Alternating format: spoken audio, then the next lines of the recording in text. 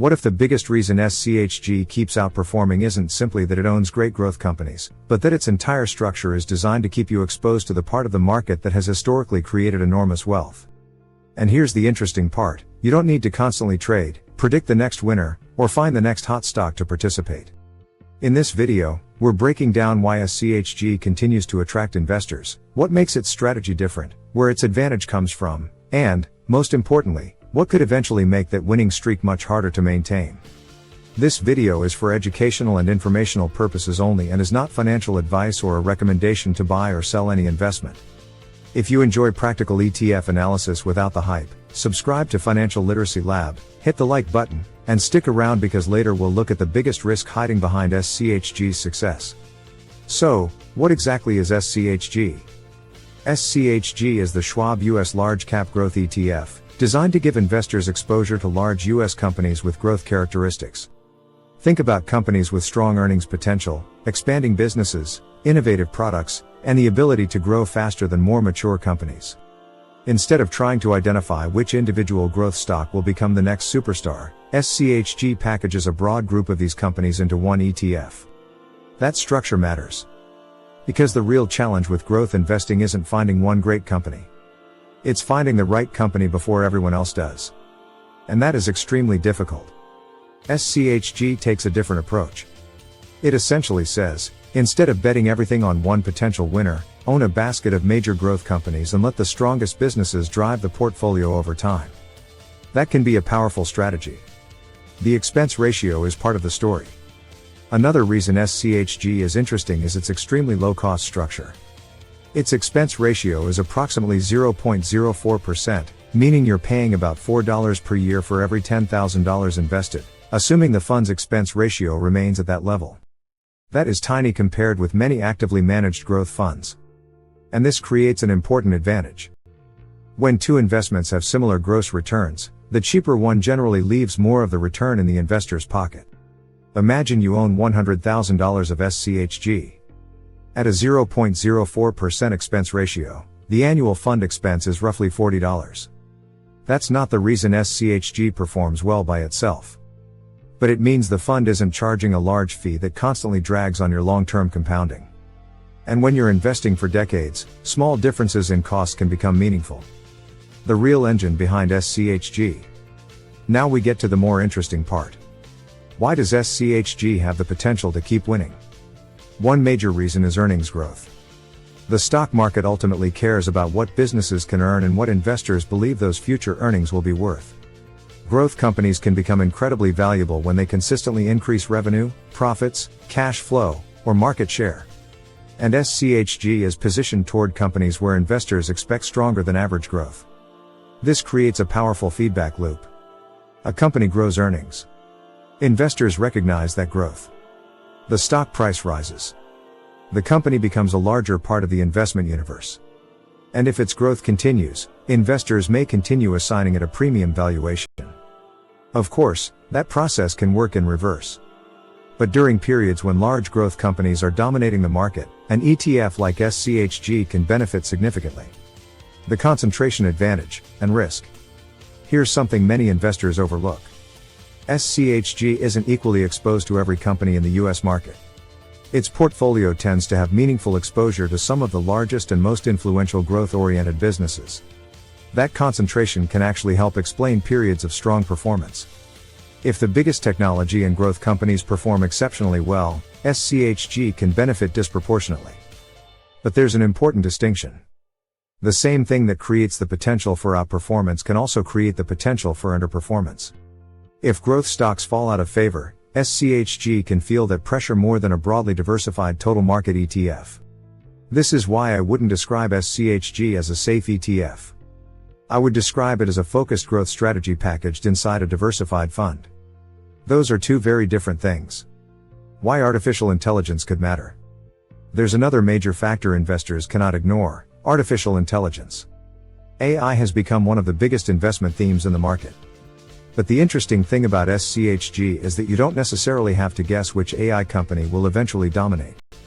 Instead, you can own several major companies positioned across different parts of the technology ecosystem. That could include semiconductor businesses, cloud infrastructure, software companies, and platforms that are incorporating AI into their products.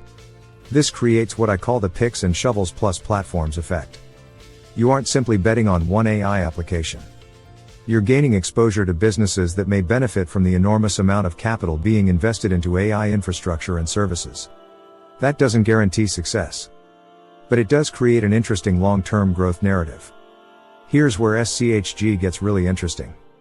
Suppose you invest $500 every month. That's $6,000 per year. Over 20 years, you would contribute $120,000. If the portfolio averaged 8% annually, your investment could grow to roughly $295,000. At 10%, it could approach $380,000. At 12%, you're looking at roughly $495,000. Those numbers aren't predictions. They're illustrations of how dramatically the rate of return can affect long-term wealth. And that's the real power of growth investing. You aren't simply trying to collect dividends. You're trying to own businesses whose value can compound over many years. But here's the catch. Higher potential returns usually come with higher uncertainty. And that's where investors can get themselves into trouble. The biggest problem with SCHG. SCHG can look almost unstoppable when growth stocks are leading the market. But investors should never confuse recent success with a permanent advantage. Valuations matter. If investors become willing to pay extremely high prices for future growth, even an excellent company can become a poor investment if its future growth doesn't justify that valuation. Think about it this way. Imagine you find a company capable of growing earnings 15% annually. That sounds fantastic. But if investors already priced in 25% annual growth, the stock could still fall even while the business continues growing. That's one of the biggest lessons in growth investing. A great company isn't automatically a great investment at any price. And SCHG cannot completely eliminate that risk because the ETF itself is exposed to the valuations of the companies it owns. SCHG versus a broader ETF. This is where investors need to understand what they're actually buying. A broad market ETF gives you exposure to hundreds or thousands of companies across different sectors and styles.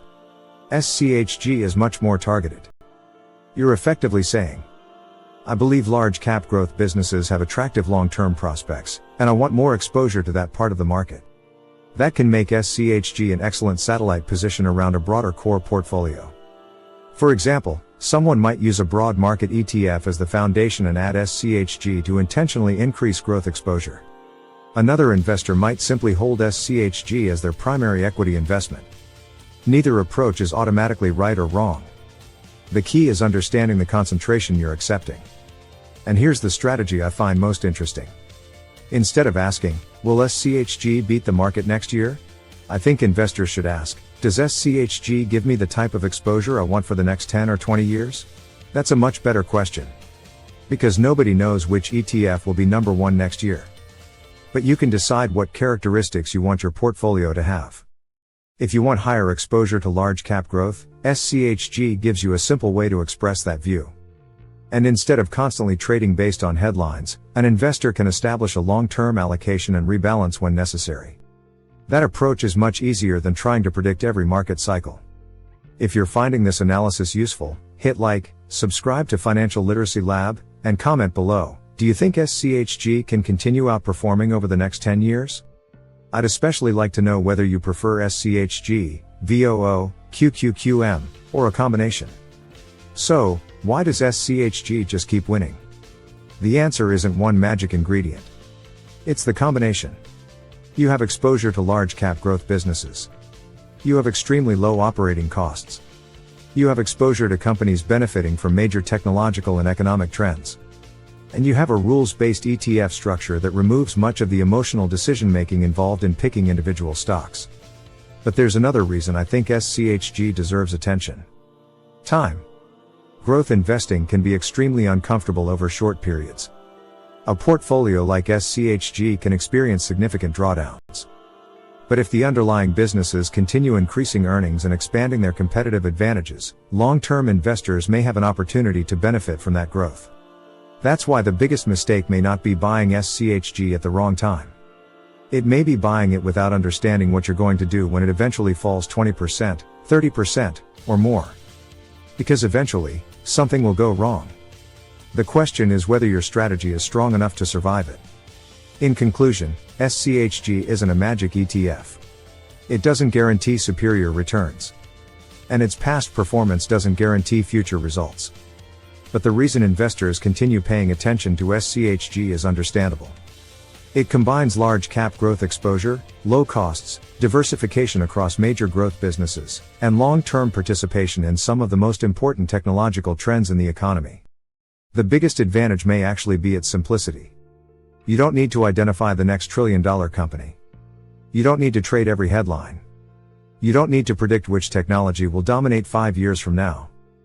You can own a basket of established growth businesses and allow time and compounding to do the heavy lifting.